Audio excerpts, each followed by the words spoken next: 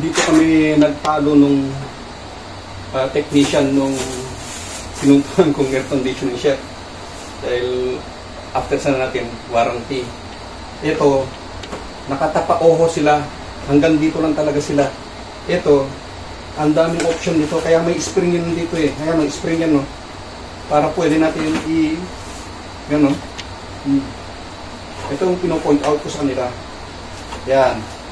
Pag lumabas na yan, yan. And then,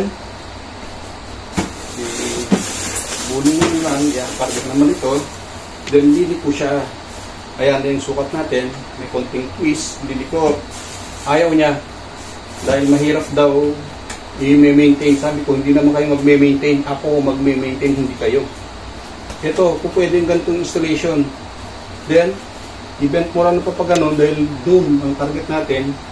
Yung binutasan natin, lulusot. Then, didikit lang natin sa wall. Ngayon, ito na yung sukat natin. Sukatin nyo lang. 17 yung aking wall. Yan, 17. Ito ang pinaka-base natin. Yan. So, ito, dili ko na ng pag-ganon. Alright. So, yan. Pwede natin agad dito yan.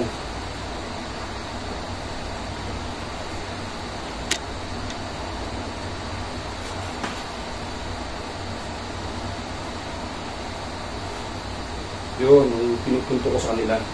Ayaw nila. Wala tayong magagawa. Ayaw nila ng pera.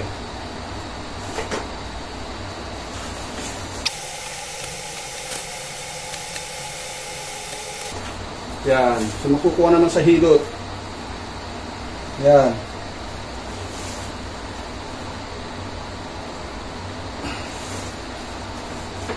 Yan na. Lalabas na ito. And then, pagtanggal natin dito, dapat may pressure. Pag may pressure, ibig sabihin, walang leak yan.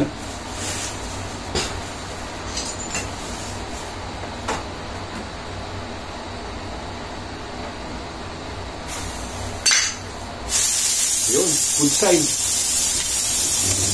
Walang leak to.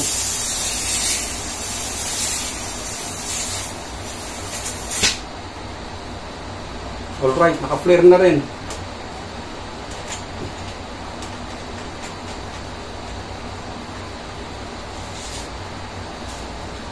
Saka tinanong ko sila kung marunong sila na dito pa lang, kahit hindi ka na mag-leak test, basta alam mo yung ginagawa mo. Tulad yan. Okay, mahigpit na yan ha. Ito yung technique dyan. Kargahan mo. Bilangin mo ha. Isa. Dalawa.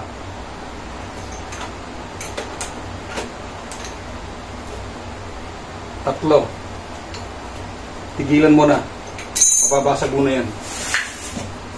Next. Pwede naman. Kasi pag overflare naman mga idol, yun yung sasabay sa ikot to hanggang sa mapilipit.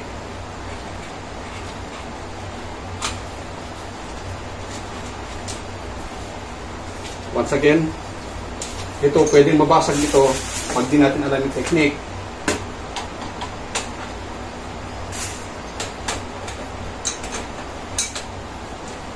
Once again, ipitan ko lang. Yan, nahipit na. Bilang ka lang ng 3 ulit.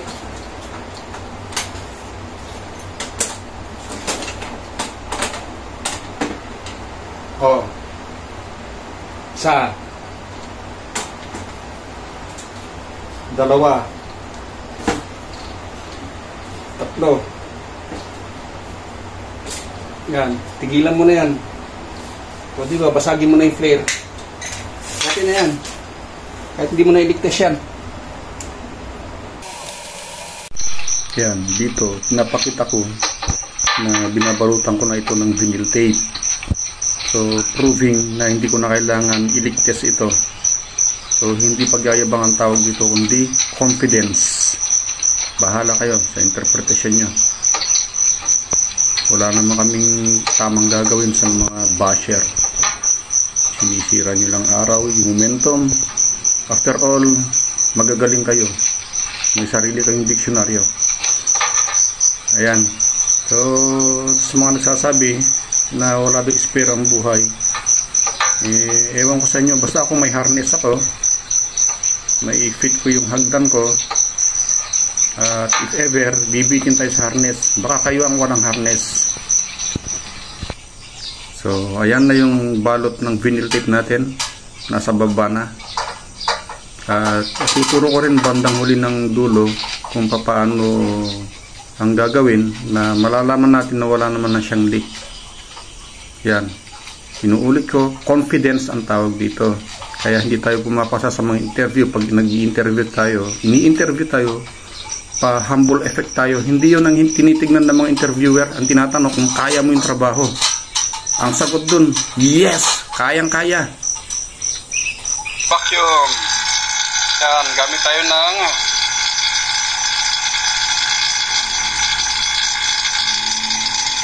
sarado.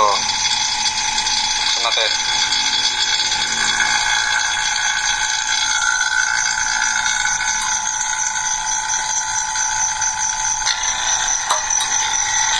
Ayan mga idol, pag nakita nyo naman na 99.9 HG na siya, pwede na natin siyang i-off. Yan, naka-off na yan. At pwede na rin natin i-off ang ating vacuum pump. Yan, ang refrigerant kasi nito is R32, kaya magba-vacuum tayo lagi. Ha? Huwag yung puro tayo flashing na walang quality yung trabaho natin. Pag nahuli kayo ng customer, pag natuto yung customer, yari kayo. Alright, so ginamitan natin to. Maya maya, pag magre-release na tayo, pwede natin siyang i-close. So naka-open ngayon to. Yan. Pwedeng observa natin 3 to 4 minutes. Pag hindi gumalaw, meaning wala siyang leak. Ayan guys, 4 minutes na, hindi gumalaw. So pag ganyan, pwede na tayong magbukas ng valve. Tingnan natin kung number yan. Alright, tingnan natin ito.